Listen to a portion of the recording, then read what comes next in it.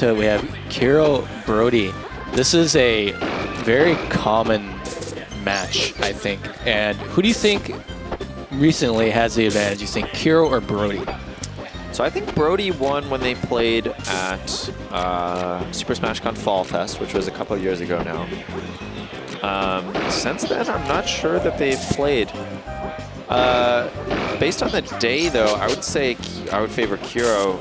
Josh actually just lost to Low in Pikachu Dittos. Looked a little shaky in the Ditto. Meanwhile, Kero, as far as I know, has not dropped a game yet the entire tournament, so looking very strong. This first stock looking pretty even. It's such a conundrum to try and edge guard Pikachu, I feel, in the Pika Ditto. It's just a lot of guessing. I've asked you about it a lot. It's so hard, yeah. There's no real solution to it. There's no secret sauce to it. It's just like, just hard read them, get lucky. Yeah, cover as much as you can. A nice up tilt there. He does get the weak back air, so it doesn't quite kill. Not gonna kill. Nice little escape. Yeah, and so it's smart. You can see these higher level Pikas. We saw a lot of it from Low as well. When they land in a dangerous situation, they'll just instantly do a second up B. Yep. I feel like even at the lesser level, they're starting to pick up on that too. Yeah, it's crazy how many of these, you know, advanced techniques are trickling down.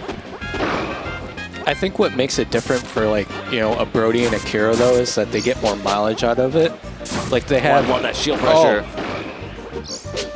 Oh. Slightly messed up his combo, I think. Didn't jump at quite the right time. Oh, the pivot up tilt! Yeah. Kero's movement is just so good. Super good at that. Brody able to get back, just snap to the ledge. Brody not does gonna find quite the kill. What do you think of those up tilt he was just doing right there? Was that just like by the ledge? Yeah, he's just trying to scare him, maybe? Yeah, that's basically, you know, I mean, it will catch him sometimes. It's a good move at the ledge, and it gives you something to do that does kind of intimidate your opponent. Make your opponent not want to go to ledge. Then you can run and chase something else. Well, that nair was really weird. Great DI there from Kero. You can see the patience there, Kero jumping away and then going to ledge. It's another thing you'll see from these top Pikachu players, the patience in these situations where they're, you know, caught off guard, caught without their jump. They're not just going to immediately attack. They're going to stabilize first, up beat a ledge, jump away. Use Pikachu's aerial drift to get themselves in a safe position. Yeah, for sure. Great up tilt, and he goes right in the up smash. That could kill. It does. It's going to kill off the top. He didn't even need to jump. Usually, if you like are trying to do that, you got to jump to get, like, you know, more of that vertical so it kills. But if you're at top plat, it probably just kills altogether. And Kero looking quite strong in the Pika Ditto right now against Brody, but, you know, never say never. Yeah, Kero's been warming up for this matchup all day. As soon as he walked in, he grabbed me and made me play some Pika Dittos with him. And then as soon as I left to go commentate, he grabbed KeroKeroppi and played for probably another hour of Pika Dittos with KeroKeroppi. So he's definitely warmed up in this matchup.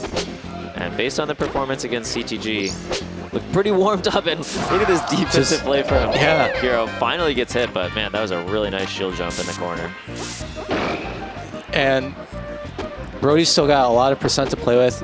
I feel like this matchup is probably, you can start really starting to lessen the gap with just a good few throws, good few percent. It's definitely, I call this matchup the war of attrition. Yeah, it definitely feels like that sometimes. Almost shield broken there. I'm kind of lucky to shield that. Shield broke with the pivot up tilt again. You know, when you see Kero hit those, right, you really got to watch them and say, I should start doing this. I should start learning this, because you see how many openings he gets off that. There's no reason, like, it's easy to think that, like, oh, this is too difficult. But with practice will make perfect. So I think what I would love to see is more Pikachus start doing those pivot up tilts like Kero's doing, but who knows? Maybe Kero will just be always defined by that. Defined by other things, of course, but I just noticed that all of his, you know, his punishes led from pivot up tilts like The that. thing about pivot up tilt, at least in neutral, so that one at the end was a tech chase, which was really good. In neutral, it's quite vulnerable to grab. If your opponent just dashes up and grabs you, the grab will win. The pivot up tilt takes a little while to come out. So it kind of requires this Kero neutral. And there he does it mid-combo. This is what I'm talking about. Such good awareness. What I'm talking about, up air, Robert. up air, pivot up tilt, up air, back air. I love to see it every time. Yeah, it it's so doesn't get good. boring. It's like, a slam dunk, Yeah, the awareness, like the fact that he knows where the pivot up tilt is going to be in his combo flowcharts before it comes up so that he can just do it immediately, He never has to stop and think like, oh, a pivot up tilt might be good here. He knows the flowchart exactly. As soon as he gets that first up air, he knows what the combo is going to be. But Brody, he's got such a strong defensive play with Pikachu. He's able to sort of make sure Kero isn't just fully running with it. I know it didn't look too great first stock, but you can see he's slowly clawing back, because, Kero's got the punish, but Brody's got the spacing. And if he can just keep hitting percent, eventually he can get a grab and kill Kero. He didn't go for the pivot up tilt that time. He went for a reverse fair. Interesting. But is Kero going to let him? Kero is like, no, I'm going to keep padding this lead. You're going to have to fight for this one. Yeah, if Kero takes this stock, before he loses his, that's such a dangerous position. He gets in with the pivot up tilt again. Tries to go for the down baby. Yeah. F smash will land, and Kero has a big lead here. Big lead. Brody, I don't think he's the type of person to get really, frazzled by stuff like this. So he's kind of just maybe just thinking, all right, just keep playing my game. Down air. Yeah, that'll do it. Interesting grab on the side platform. You don't see the anti-air grab. Yeah, very interesting choice from Brody. But the shield drop down that was really cool from Josh. I was just about to say, showing his punish game himself, but he kind of flubbed there. Yeah, still got a decent amount of damage, but needs a little more than that when you're down a stock. I like that up B. Whoa, that was a really good up B with the ledge cancel too. Josh gets the grab in neutral. Great up air there against Kero in the corner. This pressure has been so good. Just grab the ledge. And, pretty even game. I mean, 47 is 47%, but it's, 2-2 right now. Yeah, Josh looking better. And this was what we saw against Low as well. The first game was quite dominant for Low. And Josh fought his way back, looked a little better in game 2. Josh is good at kind of having a conversation with himself, saying, okay, maybe I can do some things a little bit better. And he does, like I said, he doesn't really get frazzled either. Like, if I was in his position and being 4-2, I'd be feeling like, this sucks. But I think Brody's just kind of gotta keep doing what I'm doing. But Kero doing what he's doing too, making sure he's not gonna let him, take advantage. I love how Kero, when he gets that grab, he waits for Wispy to blow him closer to the edge. So smart. He releases it. So get smart. the maximum distance. And we saw some really good edge guards there from Kero, but a really good edge guard from Josh as well. Oh. Down air with a weird hitbox. Does manage to get above, so keeps himself safe. All right, and one back throw. This is even. But just Kero, waits. Oh, that's so smart. but he misses the thunder. down B. But he waited on the top platform. He could have hit Josh before he teched, but instead he says, I'm going to let you tech because no matter which way you tech, I get the up tilt thunder. So smart. And this is looking 110% really dire for Brody. Yeah. Going to be down 2-0 unless he can make a bit of a miracle happen here. Needs a back throw. That's not going to kill. He's going to get a chance to recover again. Yeah, needs a back throw right now. Nice. Another chance to recover. But at 134, when your opponent's still on 2 stocks. All right. He does find a back throw he needed, but 134%. What can he make happen? It's never over. Yeah, finds a little up air. Starting some damage, but this is the percent where just any move from Pikachu is going to kill. Those down airs are going to start being lethal. No more second chances. A back air. Weak. Yeah, it's a weak back air. It doesn't quite kill. Oh, that's such a bad angle. Yeah.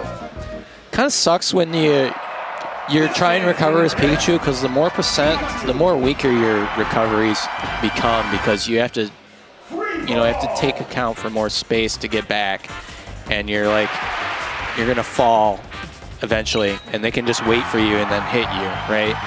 So less percent, easier it is to recover. Higher percent, the more annoying it is to try and come back, especially in the Pikachu. Yeah, and every character has that to some extent, but if you're a character like Jigglypuff, you get a bit more of an advantage for that height that you get. Sure. You know, when you're like Puff or Kirby, if you back throw them really high up into the corner of the stage, you know, they can at least make use of that height really well. Pikachu, not so much. So. Not so much, yeah. All right, not gonna kill. Brody just on the back foot this whole time.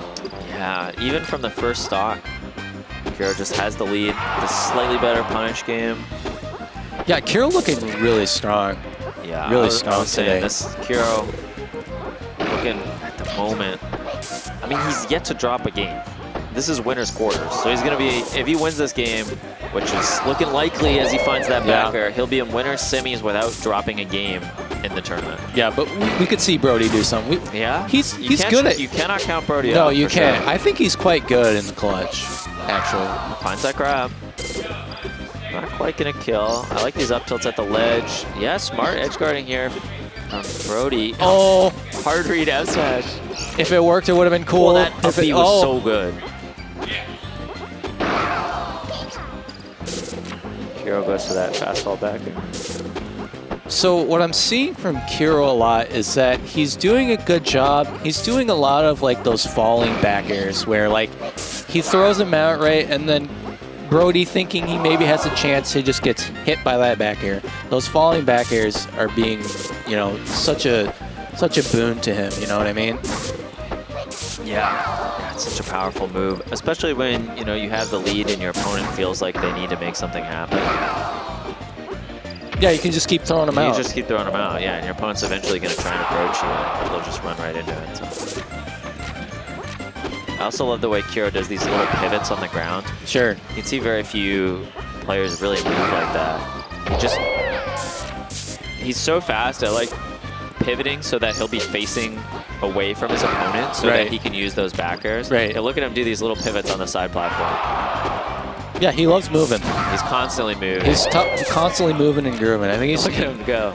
He and his brother, I think, they've got some of the best movement when it comes to, you know, people who play look at this. game. But such a smart up B from Josh. That awareness that up tilt to up smash was not a real combo. He's truly had. Where's he going on He's had some stage, great escapes. Yeah, his up Bs this game have been phenomenal. I think, yeah, that's curtains. Yeah, the DI though, not quite so much. And Kero just looking too tough for Brody.